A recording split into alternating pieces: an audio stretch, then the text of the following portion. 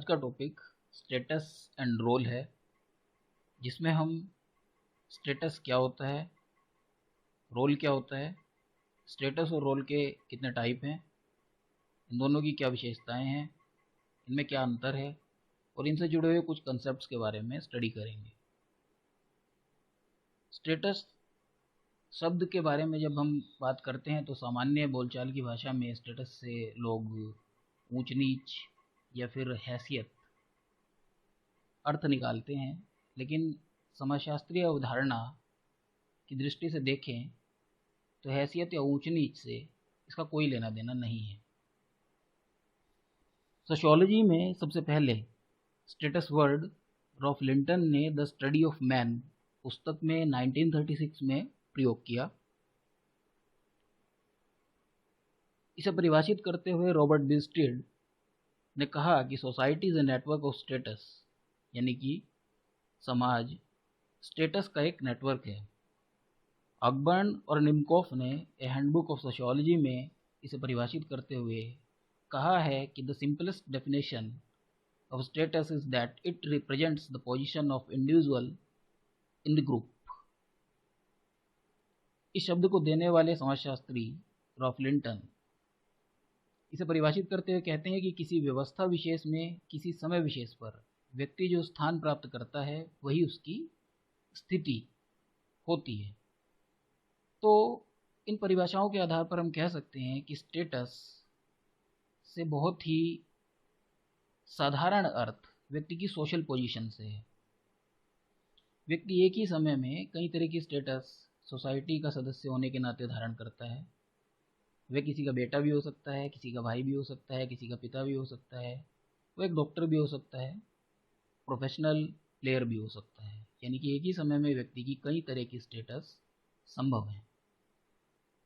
Status के type की बात करें तो मुख्य रूप से स्टेटस को हम दो भागों में विभाजित कर सकते हैं, एस्क्राइब्ड स्टेटस और अचीव्ड स्टेटस।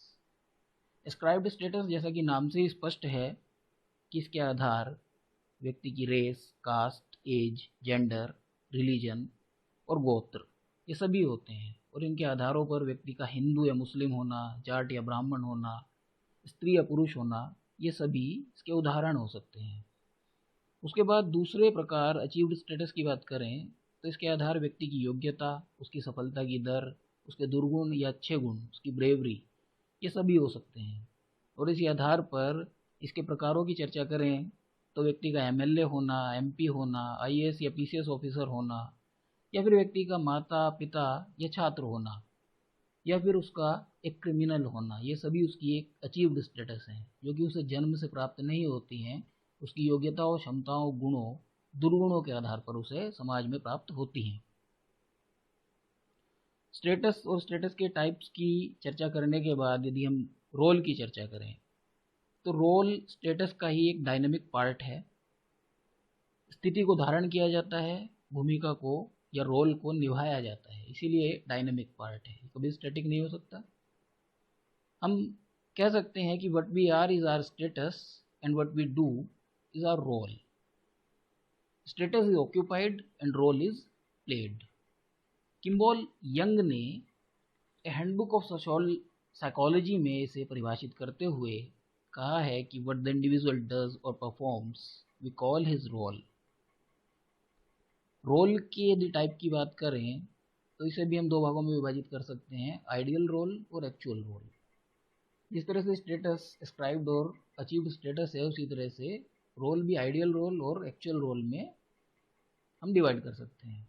आइडियल रोल से तात्पर्य उस रोल से है जो कि व्यक्ति से एक्सपेक्ट किया जाता है कि वह अपने स्टेटस के अकॉर्डिंग करेगा। लेकिन एक्चुअल रोल वह रोल है जो वह वास्तव में करता है, यानी कि एक्सपेक्टेड रोल से वह अलग भी हो सकता है।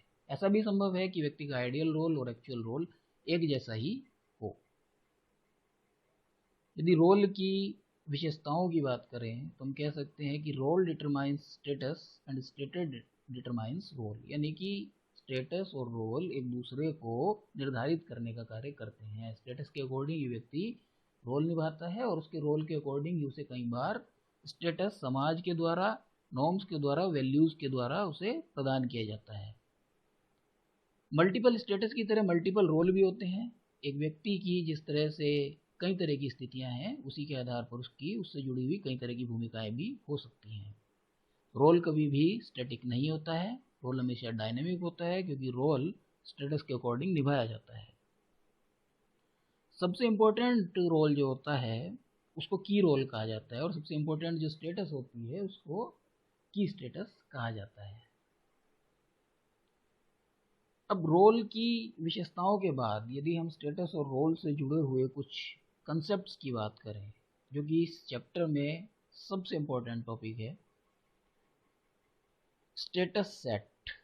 सबसे पहली अवधारणा स्टेटस सेट की अवधारणा रॉबर्ट मर्टन ने दी है। रॉबर्ट मर्टन एक प्रमुख समाजशास्त्री हैं, और वो कहते हैं कि एक व्यक्ति की एक सामाजिक स्थिति से एक व्यक्ति की एक समय में कई तरह की सामाजिक स्थितियां संभव हैं, जैसे कि फादर, डॉक्टर, फ्रेंड, समाज सेवी, क्रिकेटर। वे कई तरह की सामाजिक स्थितियों को एक ही समय में धारण कर सकता है, और इन सभी सामाजिक स्थितियों का जो समुच्चय है, जो सेट है, उसी को स्टेटस सेट कहा जाता है। इसी से जुड़ी हुई दूसरी जो प्रमुख अवधारणा है वह है रोल सेट। यह अवधारणा भी रॉबर्ट मर्टन ने ही प्रस्तुत की है, और रॉबर्ट मर्टन कहते हैं कि एक व्यक्ति जब एक ही सामाजिक स्थिति से जुड़ी हुई कई तरह की भूमिकाओं को निभाता है तो वह रोल सेट कहलाता है। जैसे कि इसका एग्जाम्पल हम ले सकते हैं कि एक व्यक्ति एक डॉक्टर है, लेकिन डॉक्टर की स्थिति के साथ कई तरह के रोल उसके साथ जुड़े हुए हैं। पेशेंट्स के प्रति उसका अलग रोल है, मेडिकल रिप्रेजेंटेटिव्स के प्रति उसका अलग रोल है, नर्स के प्रति उसका अलग रोल है, और उसके फैमिली मेम्बर्स जो हैं उनके प्रति उसका अलग रोल है। तो इस तरह की अवधारणा को रॉबर्ट मर्टन रोल सेट के नाम से परिभाषित करते हैं। उसके बाद मर्टन का ही एक और कंसेप्ट है मल्टीपल रोल। मल्टीपल रोल में एक व्यक्ति की एक ही स्थिति न लेकर के हम कई तरह की स्थितियां लेते हैं और उनसे जुड़ी हुई अलग अलग भूमिकाओं के समुच्चय को मल्टीपल रोल के नाम से पुकारते हैं। यानी कि एक व्यक्ति एक डॉक्टर भी है, एक डॉक्टर होने के साथ साथ वह एक परिवार का सदस्य भी है, परिवार का सदस्य होने के साथ साथ वह एक खिलाड़ी भी है। तो इन सभी स्टेटस, उसकी जो 3 स्टेटस की चर्चा भी की, उनसे जुड़ी हुई जो अलग अलग भूमिकाएं हैं, उन सब का जो निभाने का तरीका होगा वो मल्टीपल रोल कहलाएगा। इसके बाद रोल कन्फ्लिक्ट, यह अवधारणा रोल कन्फ्लिक्ट यानी कि भूमिका संघर्ष, यह अवधारणा भी रॉबर्ट मर्टन ने प्रस्तुत की है। यहाँ पर व्यक्ति की दो भूमिकाओं के बीच में संघर्ष उत्पन्न हो जाता है। इसका एक उदाहरण हम समझ सकते हैं कि एक व्यक्ति एक डॉक्टर भी है, और एक डॉक्टर होने के साथ साथ वह एक पिता भी है। डॉक्टर होने के नाते उसे कॉल आती है कि उसका पेशेंट काफ़ी बीमार है, लेकिन साथ ही साथ उसका बच्चा भी जिद कर रहा है कि उसे पार्क में ले जा करके खिलाना है। इस समय रोल कन्फ्लिक्ट की स्थिति उत्पन्न हो जाती है कि वह अपने डॉक्टर की भूमिका को निभाए या फिर अपने पिता होने की भूमिका का निर्वहन करे। उसके बाद रोल एक्सपेक्टेशन यानी कि भूमिका प्रत्याशा, व्यक्ति की स्थिति के अनुसार उससे भूमिका को निभाने की जो आशा की जाती है वो रोल एक्सपेक्टेशन कहलाती है। जैसे कि एक पिता से आशा की जाती है कि वह अपने बच्चों का सही प्रकार से पालन पोषण करेगा, उन्हें शिक्षा दिलाएगा। एक क्रिकेटर से आशा की जाती है कि वह अपनी टीम के लिए बहुत अच्छे से रन बनाएगा या फिर गेंदबाजी करेगा। इसी तरह से एक IAS ऑफिसर से आशा की जाती है कि वह लोकतांत्रिक मूल्यों के अनुसार न्याय करते हुए प्रशासन का काम संभालेगा। इसके बाद एक और कंसेप्ट है रोल टेकिंग, जो कि GH मीड ने प्रस्तुत किया है। भूमिका को ग्रहण करना रोल टेकिंग कहलाता है। व्यक्ति की स्टेटस से जुड़ी हुई भूमिका को जब वह ग्रहण कर लेता है, जैसे कि एक स्टूडेंट जब पढ़ाई स्टार्ट करने के लिए एडमिशन ले लेता है, यानी कि उसने उस स्टेटस को ग्रहण कर लिया, वह रोल को प्ले करने के लिए तैयार है, तो वह स्थिति रोल टेकिंग कहलाती है। और इसके बाद की स्थिति रोल प्लेइंग कहलाती है, जो कि GH मीड का ही कंसेप्ट है। यानी कि भूमिका को ग्रहण करने के बाद जब वह उसके अनुसार व्यवहार भी करने लगता है तो वो रोल प्लेइंग कहलाता है। जैसे कि स्टूडेंट ने एडमिशन लेने के बाद उसके अनुरूप व्यवहार करना स्टार्ट किया, अच्छे नंबर लाने स्टार्ट किए, और अलग अलग तरह की कॉलेज और स्कूल्स की गतिविधियों में भाग लेना प्रारंभ किया, तो वो रोल प्लेइंग के अंतर्गत आएगा। अगला महत्वपूर्ण कंसेप्ट रोल डिस्टेंस का है, जो कि इरविंग गॉफमैन ने प्रस्तुत किया है। भूमिका दूरी, जब व्यक्ति अपनी भूमिका प्रत्याशा रोल एक्सपेक्टेशन के विरुद्ध व्यवहार करे, यानी कि जो आशा उससे उसके रोल के अकॉर्डिंग व्यवहार करने की गई है वह उसके ठीक विपरीत व्यवहार करे, यानी कि एक स्टूडेंट पढ़ने के बजाय यदि आवारागर्दी करता है तो वह रोल डिस्टेंस के अंतर्गत आएगा। नेक्स्ट है की स्टेटस, जो कि टी.एच. हीलर की अवधारणा है। मुख्य परिस्थिति भी इसको कहते हैं। इससे तात्पर्य व्यक्ति की कई तरह की सामाजिक स्थितियों में जो सबसे महत्वपूर्ण स्थिति वह मानता है उससे है। यहाँ पर हम एग्जाम्पल सचिन तेंदुलकर का ले सकते हैं। वह एक पिता भी है, पिता होने के साथ साथ एक पति भी है, और साथ ही साथ वे समाज का एक सम्मानित सदस्य भी है। लेकिन इन सभी स्थितियों में सबसे महत्वपूर्ण स्टेटस उसका एक क्रिकेटर होने का है, और वही उसका की स्टेटस है। इसी क्रम में सबसे लास्ट में हम चर्चा करते हैं सिक रोल की, जो कि पार्सन्स और एंडरसन की अवधारणा है। सिक रोल से तात्पर्य रुग्ण भूमिका से भी है। जब किसी व्यक्ति को किसी शारीरिक रोग, मानसिक रोग, अस्वस्थता के कारण कोई भूमिका सौंपी जाती है लेकिन उसका वह वास्तव में हकदार नहीं होता, तो उसे हम रुग्ण भूमिका या फिर सिक रोल कहते हैं।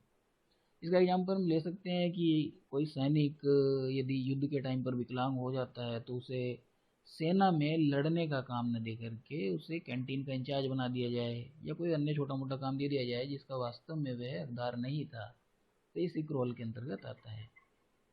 तो इस तरह से इस चैप्टर में हमने स्टेटस एंड रोल क्या है, इन दोनों के टाइप्स कितने हैं, अचीव्ड स्टेटस क्या है, एस्क्राइब्ड स्टेटस क्या है, आइडियल रोल क्या है, एक्चुअल रोल क्या है, और इनसे जुड़े हुए कई तरह के कंसेप्ट्स के बारे में जाना।